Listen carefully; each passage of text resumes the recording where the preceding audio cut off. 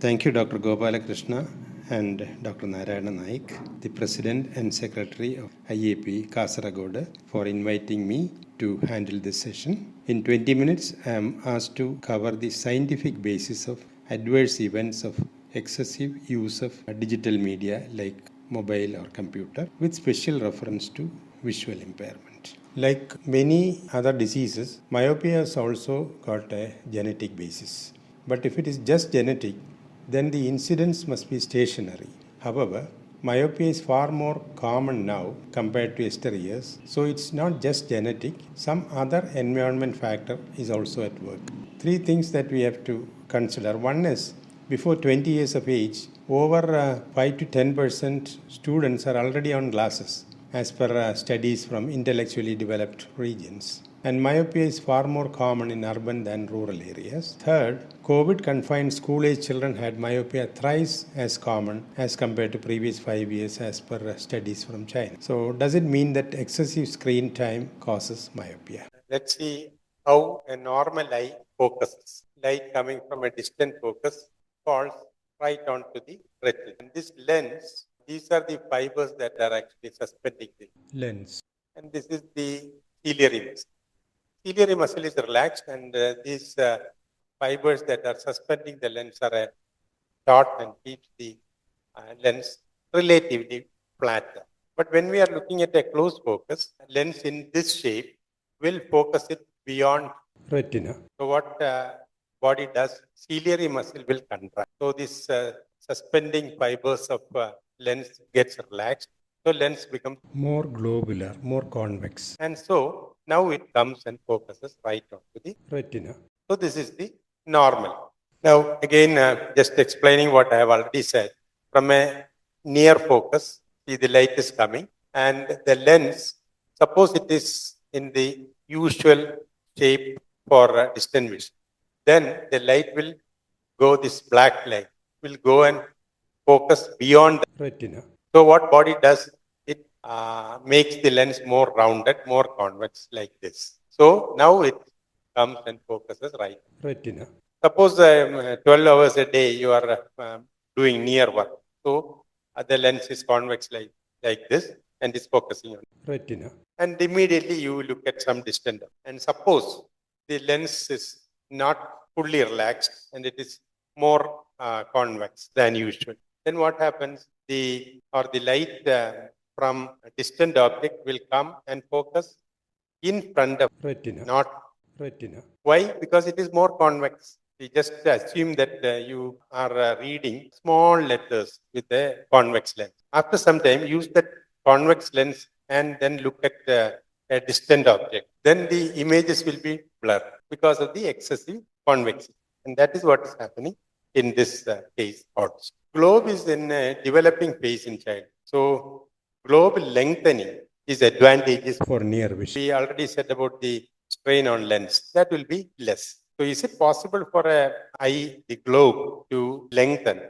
See, here you are looking at a near object. So the ciliary muscle is contracted and the lens is more rounded and it is focusing on the retina. Now, just think this ciliary muscle actually has got a origin here and insertion. The origin here and insertion here. Now, suppose it is contracting, what will it do? It will pull it this way, no? Pull it this way and the globe actually lengthens. This is not the only mechanism of lengthening a globe. The ophthalmologist will tell you so many other mechanisms, but this is one that is very easily understood. So once you push like this, the globe lengthens. Now, the body need not make the lens this much globular to focus it onto the retina because retina has gone back.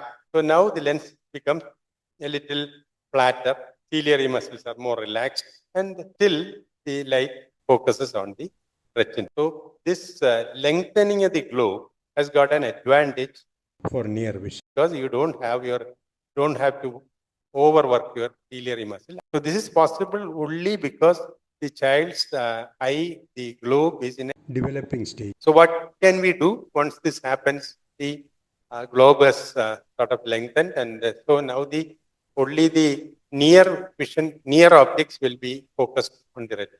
Distant object, the light comes, and because the lens is more globular than normal, it will focus in front of it. Retina. This small deflection of light in cornea, not because it is a lens, but because it is a curved surface. Now, how can we correct it? You put a concave lens. So, distant object, the light from distant object comes, diverges a little bit, and then gets converged from the lens. So now it focuses exactly on retina. So that is how we correct the mind. When most of the time near work is the one that is being done, the global axial length gets fixed to the length that is most appropriate for near vision.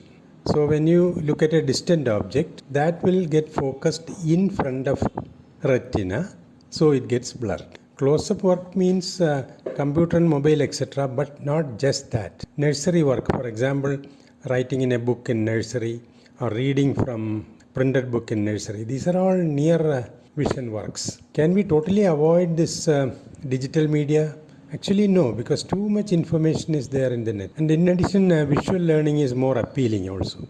So we cannot totally avoid digital media, but how can it be allowed in school or nursery? That is something that we have to look at. And you cannot actually allow this computer and mobile at home, basically because most of the near work for a day is already done in nursery or school. So there is no leftover near work quota to be done at home. That is why it is not possible to allow near work at home. Near work means mobile and computer. Actually, they are at home doing near work like writing, reading, etc. But then if you say to avoid that, nobody will follow that. So the only thing that we can advise to avoid is the digital media. That is why we are advising that. See, that is my grandson. See the happiness in his face. He's possibly playing some game or some educational video. Either is making him happy. Learning must be very, very, very happy experience. It should not be like a stressful experience. Actually, you cannot totally avoid digital media is my take. How many hours mobile or computer can be allowed? The amount of distant vision should be almost equal to the near vision task. So much so the globe doesn't get fixed to one of these visions. For example, if near vision task is say most of the time in the day, then the globe gets fixed to that. So much so the distant vision becomes blurred. Mobile and computer is only one of the near work, which I said already. Writing in books and reading also are near work, which is unlike in the past. In the past, we used to have this slate. Slate you cannot write in small letters. It is always big. So although it is a near vision, there is not much of strain or accommodation needed from the eyes. And in nursery, during our time, teachers used to read to us. It was not that we were reading. So now it is the other way around. And that is why this near work is more for the small children. As I already said, during school hours already we crossed the limit for near vision task. So no scope for mobile or computer at home. At home, actually we must give distant vision task. And what is distant vision task? That is just go out and play. Because once you go out, you are looking at a distance. You are not actually looking something that is very close to you. One important thing is encouraging distant vision. That's why I put that number 1 there. Now, number 2 is having exposure to green. See, this electromagnetic spectrum, difference is just wavelength. See, this radio or mobile, they have got a long wavelength.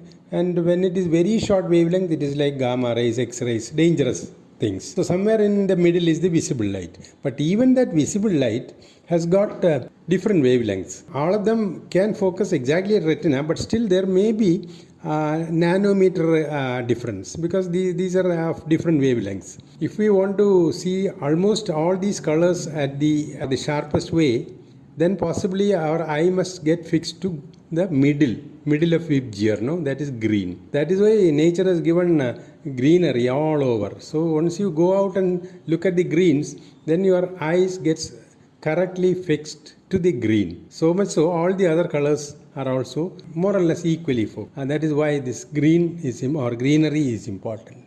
Third is the sunlight. Artificial light, all components may not be there in artificial light. For example, ladies going for matching blouse and all, you must have seen, they just take the cloth outside and compare in sunlight, because in artificial light may not show difference in matching, because all components of colors are not there. And this color recognition during development stage gets affected if living permanently on artificial light. For example, in flat and all. Color recognition, what is red? What he sees or what a child sees as red must be actual red. Otherwise, he will be recognizing some other related color as red. To avoid that, during developing stage, we must have enough exposure to sunlight, and all the color recognition must come from sunlight. And the fourth component is sleep. What's in nature? When it is broad daylight, it's blue sky and white light.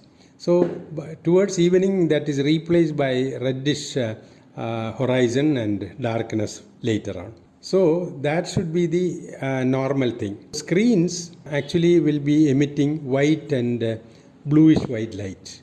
So there should be no screen at least 1 hour before bed, because that will affect sleep. Why?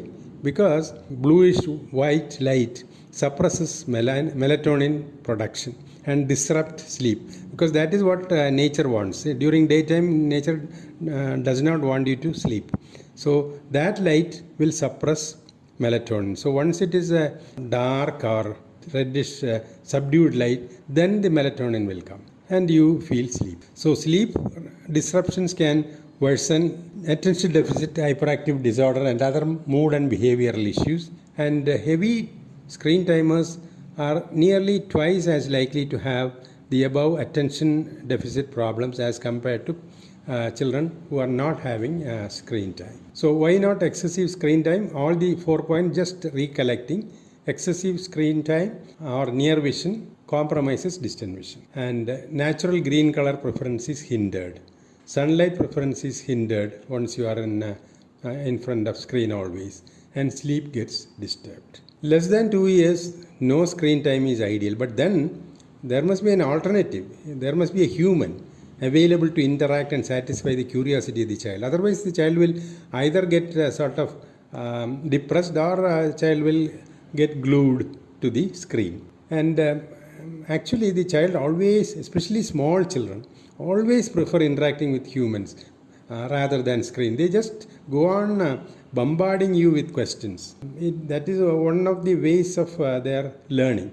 Co-viewing, suppose you want to show child some educational things, preferably not below 18 months. Parents and young children should watch media together. So much so, instead of being a passive listener or observer, the child gets opportunity for two-way interactions and clearing her doubts in real time. Child's brain works actively and not remain passive. But make sure that this educational screen time also is not replacing sleep time and outside play activity time, because those two are very important. Other evils of screen time is a one-way passive activity. So it gets in the way of exploring, reasoning, considering alternative possibilities, getting real life feels, playing and social interactions. And the other thing is overweight. Most important thing is avoid watching TV or mobile while eating, because you overeat. Because you are not concentrating on eating, you really do not appreciate your fullness also. Focus isn't on food. They do not learn to enjoy the varieties and tastes of food. In addition, visual media advertisement can convince children to eat unhealthy foods. Suppose you do not allow the screen and there is no human being to interact with the child will go on to loneliness and depression. Actually, we can replace screen even with interactive activities of daily living. In fact, a child is always keen to be part of any activity that we are doing. What we need to do is allow them to be part of our activities rather than preventing them. May it be garden, kitchen or other household chores. This is my grandchild helping us with household chores. So continuing with the evils of screen time, cognitive, language and motor delays are common. The reason is there is no chance for natural inquisitive questioning. So your brain is not working. So that is why cognitive development is affected. And that's why we always recommend co-viewing, not the child alone viewing. And language delay, especially expressive delay, because they are just listening to what is coming from the screen. They are not actually phonating. So expressive speech gets delayed. Small babies, 0 to 24 months, learn phonation of words better from a person showing an object and saying rather than from the screen. Because babies are naturally, especially very small babies, are naturally programmed to prefer human face. For example, a newborn, you show anything, they will not focus. Only to human face they focus. So that is why we are naturally programmed to focus on to human, and we not making humans available make the babies get attached to the screens. Because of their immature symbolic memory and attention skills, infants and toddlers have difficulty in transferring digital knowledge to their three-dimensional experience. One example is, this is an experiment that they have done. After observing stacking of virtual blocks, then they put real blocks in front of them and they try to do it, they stumble. It's as if they have never done it before, because they never got this three-dimensional feel, and heavy parent use of mobile devices is associated with less verbal and non-verbal interactions between parents and children. Now children learn through play and role play. Role play I have already explained. Physically they receive sensory and proprioceptive input. They learn boundaries and how to interact with play partners. That is a very important social achievement. They learn back and forth communication, how to read body language, facial expression, etc. And they learn conflict resolution. That's a very important thing. Only in real life this conflict resolution comes. Too much exposure to visual media can make the child think that violence is normal. Child may accept violence as a way to solve problems. The personal pain or injury in fights is not experienced in virtual media. So they go out and fight without fearing harm to self. So that is another reason why they become more aggressive. Now the summary, screen time isn't inherently bad. Modifications are required. For example, you need to show a child an educational video, but don't use mobile. We have smart TVs now, so connect it to smart TV and show it in smart TV. So much so, now it is no longer a near vision, it has become a distant vision. Parent time with child is a huge part that need attention, because that is the primary reason why the child gets attached to the screen. The best thing the parents can do is to watch the media with their kids if they are watching, and to help child understand what's happening in screen in real time. And make use of smart TV, as I said, instead of mobile or computer, as it is a large screen and somewhat distant vision. Outdoor play help in exposure to green color, sunlight plus physical benefit. And pre-bedtime must be used for human interactions like storytelling, etc., and not screen, because screen immediately before sleep will disturb the sleep because of melatonin, which I already discussed. Thank you for watching.